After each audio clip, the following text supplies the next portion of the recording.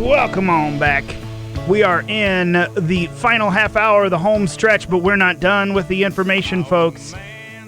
No, not at all. In fact, we're going to switch gears a little bit here and skip out of Missouri, go back to the federal level. But more than that, we're going to head to the deep state run-amok. In fact, there's a new book I want to put on your radar, The Broken Whistle, A Deep State Run-amok.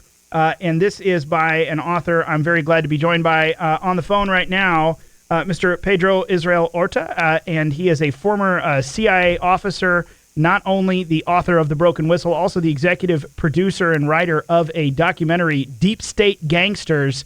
And I got a lot to ask him because we've got a new incoming administration and a lot of things that need to be done inside our intelligence agency. How are you doing today, sir? Thank you for being with me. Ryan, pleasure to be on your show. Doing well. How you doing, sir? I am doing well also. And I do appreciate your time. Since you got onto my radar here, I have just gone nuts with looking up information, looking at you and your work over on X, the website, Deep State Gangsters, the movie, Destroying Dissent to Preserve Power. There is so much good stuff here. And I tell you what, it is so hard, it seems nowadays, to find someone with not only good perspective on what our U.S. intelligence apparatus has become, but also to actually have that experience from the inside to be able to speak to it. So let me go from here. I mean, first of all, what are your reactions to some of the intelligence choices we've seen this week? John Ratcliffe is the CIA director, or the prospective CIA director. Tulsi Gabbard coming in the director of national intelligence. What are your hot takes, kind of off the cuff, to the Trump transition team's choices when it comes to our upcoming intelligence agencies in the next term? A declaration of war against the establishment. He is going out and finding people who are not part of the traditional pool of applicants, the lobbyists, the lawyers, the Hill-connected individuals.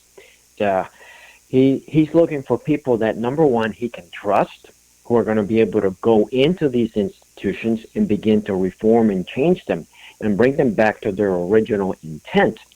Therefore, that's why we've seen so much pushback, particularly with Tulsi Gabbard, although John Ratcliffe originally was a congressman and he was confirmed as the DNI and served almost for about a year as the DNI.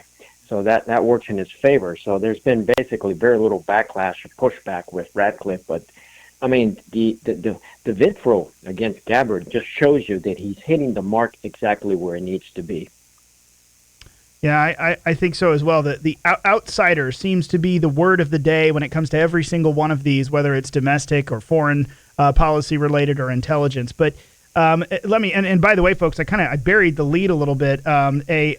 First and foremost, a pastor and someone who is out there speaking the ultimate truth, not just the truth about our U.S. government here, but we appreciate your faith and ministry there so much. Also, gives me an understanding. It's nice to talk about people who are talking about the truth when you know the author of truth himself. That always makes sure we're on the right footing. So I appreciate it so much there, your ministry as well. But let me do this. I'd love to get a sense of your book and make sure we put it on people's radars, because I think it's very important here, especially in this age of getting back to basics and really understanding the true behind the scenes. The Broken Whistle. A Deep State Run-amok. This just came out earlier this year.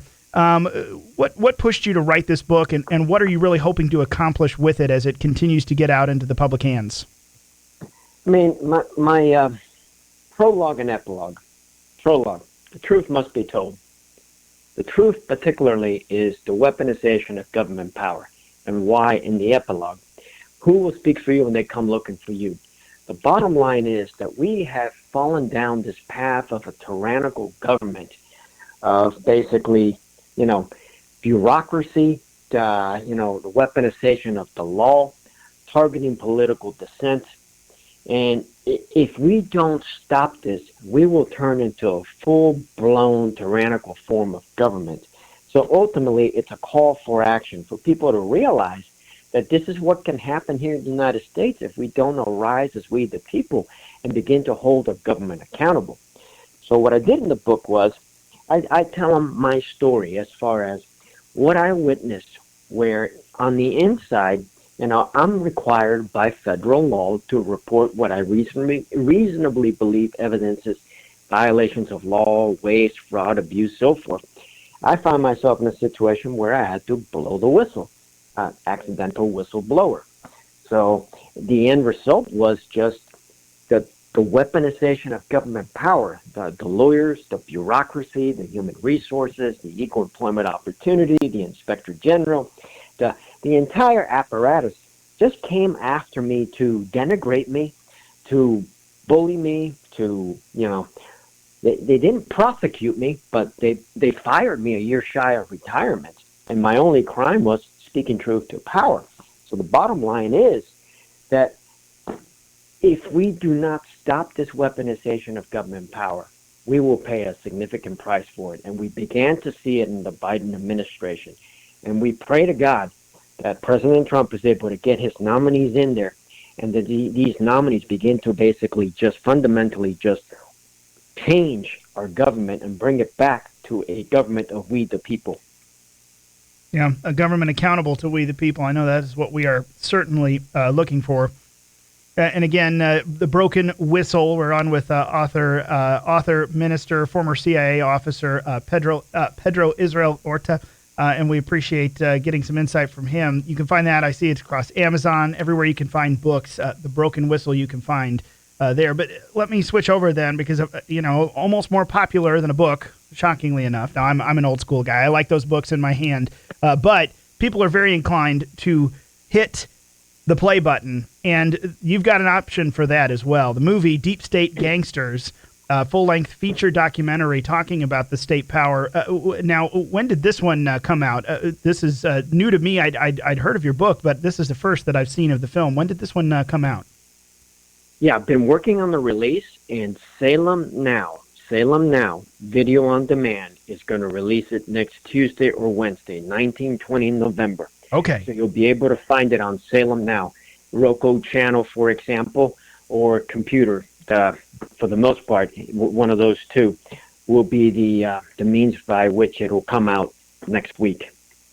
Okay, that's fantastic on Salem Now. I wondered, because I saw this and I thought, wait a minute. I'm seeing trailers here, but I missed this. When did this come out? So what is I assume the thrust of this essentially very similar to your book, exposing what's been happening and potentially, not just blowing the lid off of what is going on, but also people giving some suggestions. Now, here are the turns that we need to take. Exactly. Rather than just make it about myself, I work with the filmmaker and I say, wait a moment, let's just one case, you can call it an anomaly. Well, we brought in another CIA whistleblower, John Kiriakou, the CIA torture whistleblower. He was actually prosecuted. And that was basically definitely a weaponization of government power and abusive power, because they just cooked up a case against him to basically put him in jail. And we bring in two FBI whistleblowers. So it's two CIA, two FBI. The FBI whistleblowers are Garrett O'Boyle, one of the suspendables, and Nate Kane, who blew the whistle on some Hillary Clinton shenanigans. So we tell our stories from a first-hand perspective as far as how, we followed the law. We did what was right. We spoke truth to power. We reported wrongdoing.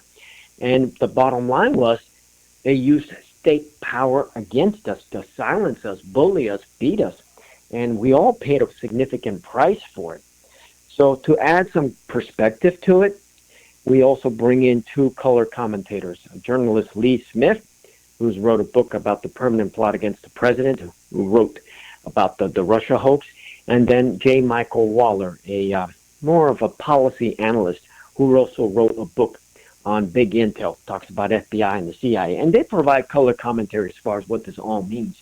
And again, the bottom line here is we have got to stand up and stop the weaponization of government power. That's basically the gist of the movie, but it's a full feature-length documentary, 119 minutes. There's a lot of showing, telling, stories as far as from us, the whistleblowers, and the typical footage that goes with a documentary. But it's very well made, very professional. It has already won a finalist award in a film festival, so we look forward to its release next week. That's awesome. I'm excited to hear it, and I hope that people check it out. Again, the movie Deep State Gangsters. This is coming out on Salem Now next week, November 20th, 19 and 20. Next week on Salem Now. Go and check it out. Pedro, let me just ask you in our last couple of moments here together, what would be your solution? So shifting back to the incoming Trump administration, when these folks are coming into the assumed command of their new intelligence positions, what are some of the major themes that you'd like to see them hit? Some of the changes that need to happen, do you believe? I know a lot of folks talk about removing the operations side of the CIA, talk about removing this department and folding it under. What are some of the big things that you would like to see happen or would recommend to the new Trump leadership? It's a tough one. I mean, some of these institutions are vital for national security, and we need them around, so we just can't completely get rid of them. But distinguishing as far as who's good and who's bad, my goodness, I mean, I don't envy this task. The priority is going to be picking a solid director. The director's going to need a solid deputy director. Then he's going to need a solid number 3. And then for that matter, he's going to need solid people like the Office of Congressional Affairs, Office of Public Affairs, the Office of General Counsel. All the offices of General Counsel, in my opinion, need to be just absolutely just inspected, evaluated, audited, because we have got so many corrupt government lawyers that need to be just basically chased out. So I would say begin with the top tier leaders and get a hold of that top tier to be able to ensure that the bureaucracy from the bottom up does not manage these agencies, as we saw with Mike Pompeo. In the case of Mike Pompeo, I like Mike Pompeo. You know, he's a Christian. He's got good godly values. But my goodness, it was not Pompeo's CIA. It was still Brennan's CIA under Pompeo. So we cannot afford to make the same mistake again. That's where to start. Then we can go into the weeds and begin to look at the organization to see what needs to be cut. Like you said, one of the fundamental reasons for the CIA is for operations overseas. We need to ensure that is the priority and begin to gut some of the things that it need not be doing, potentially, like, for example, some domestic things. They do work domestically with the FBI, but the reality is that maybe perhaps there shouldn't be any redundancy there and leave that to the FBI. But that's another issue as far as how to bring back the FBI to its original intent. It's a formidable task, and first we need the right leaders at the top, but not just the top, but in the second tier below them and the third tier below them. Very good. A lot of power-packed stuff there. Pedro, remind us one more time where we can find your book in the upcoming film and where people follow your work. Follow me at my website, pedroisraelorta.com, pedroisraelorta.com. You'll find a link to the book there. You'll find a link to the movie. And once I have the link for Salem, I will put the link in there for Salem.